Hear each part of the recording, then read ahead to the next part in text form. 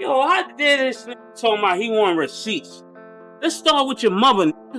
Your mother got the receipts. Everything is in your mother. That's the one who got the receipts. You need more proof? Biggie ain't here, so Big can't give you no receipts. He dead. Craig Mack can't give you receipts. He dead. What are you talking about? Who else? Black Rob can't give you receipts. He dead. And everybody else you made sign paperwork so they can't talk about what I'm talking about. I'm the only one with the guts. And I signed it. Cause I ain't need the money. All money ain't good money. Remember that. Remember that. Remember that. You know, I did one album with Mase. One album. How much money do you think I owe this guy? One album, and then he became a fake pastor and went and conned people. And then y'all gonna let him throw dirt on the God's name? Mase owes me $3 million. That's facts. I got the receipt. And I'm not gonna go back and forth with Mase. You know what I'm saying? I'm not going back and forth with nobody. I'm just gonna, if I'm here, I'm gonna speak up for myself. I'm gonna speak up for myself now. You know what I'm saying? I found my guy. You feel me? Back then, everyone was betting on Modellery to blow up like, not just dominate R&B, but take over rap too. He was on fire, dropping hits left and right from 96 to 99. So when he dipped out of the game to become a pastor, man, that move blindsided everybody. No one saw that coming, especially with how hard he was crushing the charts. My man Mase on the phone. What's up, baby? I'm chilling, Flex. I feel mad good. I gotta let a fax today from Magic Johnson Music. It says Mase is retiring from the rap game. Gotta do what make me happy. You know, a lot of people gonna say I'm crazy, I'm leaving money behind and a lot of things. But it's just, you know, how I feel in my heart. Once God puts something in your heart, you know, God talk to everybody different. So you saying you don't want to make any more albums? I don't want to make no records. I don't want to rap on no records, and I don't want to run no record companies. I don't think people want that, Mase. You might be outvoted. What you gonna do? If I'm outvoted, then I'm just outvoted. You know what I'm saying? Like, I feel as though, like, you know, like the late great Tupac and people like Biggie, they got the same messages. They just didn't act on it. So when you look at it in that realm, it's like, whoa. I appreciate you calling, Big Daddy. You mind? I appreciate you making a call. Back in 1999, Mason Beth, better known as Modellery, shocked the hip-hop world when he walked away from Bad Boy Entertainment at the height of his fame. Trading chart-topping hits for sermons, he launched S.A.N.E. Ministries, short for Saving a Nation Endangered. After what he described as a life-changing spiritual awakening, he began going by Minister May. He openly admitted that the lifestyle he'd been leading wasn't the best example for his fans, friends, or the younger generation. So he made a bold decision: leave the spotlight behind and dedicate himself fully to God. Did you make the right decision leaving rap? I did. Everything now that we see playing out was all the things I escaped. The car, the Shine, the Loon, Puff Daddy, the Craig Mack, Biggie Smalls. the Biggie Smalls. So even though I made those decisions and it cost me money, that's why I got with Killer and they gave me the money back. Riding high off the massive success of Harlem World, Modellery seemed to have it all. But during a revealing radio interview, he dropped a truth bomb. I had a lot of money, but I didn't really know myself. I knew I had to do more than just hip hop. That statement left fans puzzled and buzzing with questions. Why would someone at the top of their game suddenly walk away? Especially when Diddy was known for keeping a tight grip on his bad boy roster. MA's exit didn't just raise eyebrows. It sparked a whole wave of speculation. If the devil can use him aggressively, then I want you to know God could use me aggressively. I went through every step on how to deal with him. Every step on how to deal with Puff biblically. I dealt with him biblically. That's why I felt aggressive about it. I felt like I did not have to change my strong approach. Because number one, I went to him as a brother when things were not right. Secondly, I went to him with a witness. That was Rodney Jerkins. Like the Bible says, if you don't get it right with him, go back to him with a witness. I did that. The third thing it tells us to do is go to the church. bring it before the elders. I reached out to his bishop. His bishop declined to mediate the situation. So I just went to step number 4, which is mark him as a publican and have nothing to do with him. And that's what I did lyrically. And that's what you guys have a problem with.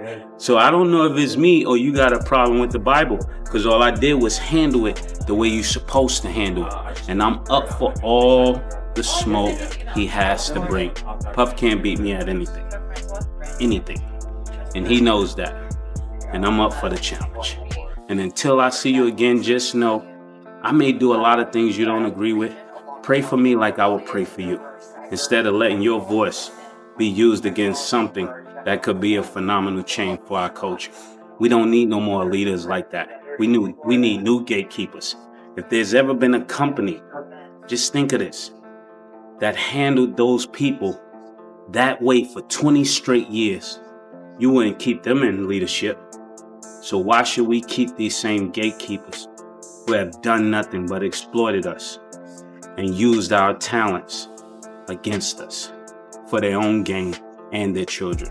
Riding high off the massive success of Harlem World, Mud Dollar seemed to have it all. But during a revealing radio interview, he dropped a truth bomb. I had a lot of money, but I didn't really know myself. I knew I had to do more than just hip hop. That statement left fans puzzled and buzzing with questions. Why would someone at the top of their game suddenly walk away?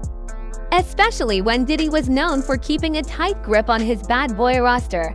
Ma's exit didn't just raise eyebrows. It sparked a whole wave of speculation. This is Mase. I got my official papers right here from Puff Daddy. It was love. So I guess we don't have no problems at all. All love, man. I don't even know how to take that. I ain't used to Puff doing good stuff, you know? Yeah, every once in a while you got to do something good. Even though he was still locked into a long-term contract, Mud Dollar made a surprise comeback 5 years later. But there was a catch. He didn't see a dime in royalties from his Welcome Back album. Not long after, he started dropping hints that he might be stepping away again. Then came a bold move. He popped up and announced during a live interview with Puffy and, right there on camera, asked to be released from his contract. It was raw, unexpected, and vintage Mud Dollar putting it all on the line in front of the world. Yeah. Good. Let me give you my card. After Puff signing, it's official. Your boy is Freedom Bird. Once I get this paper signed, then I come back. That's what it is, guys. You see what I said? What you gotta have something to talk about? You got nothing to talk about right now. Got something to talk about. No, this is Freedom paper. No, that's not the rule. In 2016, Mud Dollar linked up with Bad Boy Records for their big reunion tour, but the nostalgia didn't last long. Old wounds quickly resurfaced. Mud Dollar took to Instagram Live, airing out years of unresolved tension with Diddy, and when Diddy gave an emotional Grammy speech about how the industry mistreats black artists, Mud Dollar wasn't having it. Before deleting his post, he called Diddy out directly, writing, "Your past business moves have purposely kept your artists broke and been super unfair to the same people who helped you win that Icon Award." Later, in an interview, Mavi doubled down, saying he was never properly paid, despite writing and contributing to some of Bad Boy's biggest hits. Me and Puff was like, I felt like I did more than I got credit for, more than I got paid for. You felt or did you do that? Because you said felt, like okay, feeling. let's clear that up then. You saying you feeling that? No, we're gonna keep it with, because I'm trying to be nice.